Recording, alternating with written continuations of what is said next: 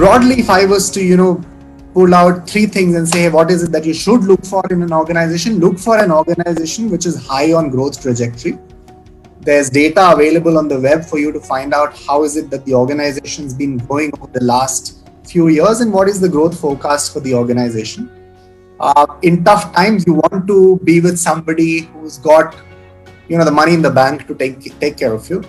But at the same time, that's not the only variable. You also got to look at the culture of the organization, whether the organization values people as much as it, values business. These are two competing priorities sometimes, especially in times like these. But then there are organizations that we definitely know of who do a very good job of balancing the people and the business agenda.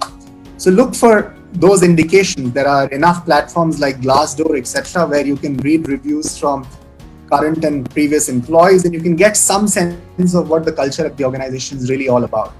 And the third important piece that you should look at while looking for an employer is to see whether the organization believes in change. Are they doing things differently? Have they in the past few years tried doing some path-breaking stuff? Or even if it's not path-breaking, different stuff?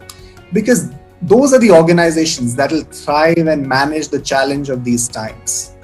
An organization in a high growth trajectory with great culture, if is not agile and is not open to change, chances are you may end up there, but in due course of time, the struggles would begin. Typically, a candidate in the desperation of getting a job will post and pray, which means every job under the sun he will go and apply. I would say stop doing it, because at one point it was a candidate-led market. Now after COVID, as there is going to be a flood of resume, which means that the tables have turned. The employers will have more choices. There are more candidates, and therefore there are going to be more filters, very stringent way of filtering. So for candidates, since they have time in hand, there are few things they should do. Don't stick with the cookie cutter approach where you just send your resume and cover letter with every email ID you can find out on LinkedIn.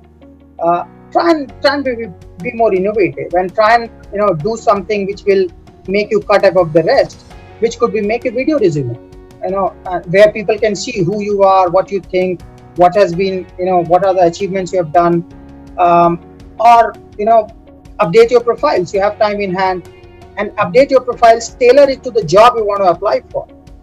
Don't just say that, okay, I have one resume which is going to meet all the job description. That's not going to happen, because more and more machines are getting deployed, which runs on an algorithm to match job description to the resume.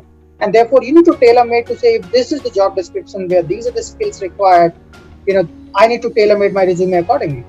And third is, make the list of your skills and expertise, and then decide which is the kind of job you want. List down the jobs and companies where you want to apply for. Do your own research. And in your own research, you will find out what is the company looking for at this point. Some of the companies may be hiring particular skills, some of the companies may not be hiring. But I think it doesn't harm if you do your own research. And when you're in front of hiring manager or recruiter, you can showcase your research, the knowledge that you've gained through research. That will make you more, that gives a signal to the hiring manager and the recruiter that the guy has done his homework. He really wants to do this job. He understands our culture. He has read about our company, instead of somebody who's just walking in and I'm going to 10 companies and I'm giving same speeches.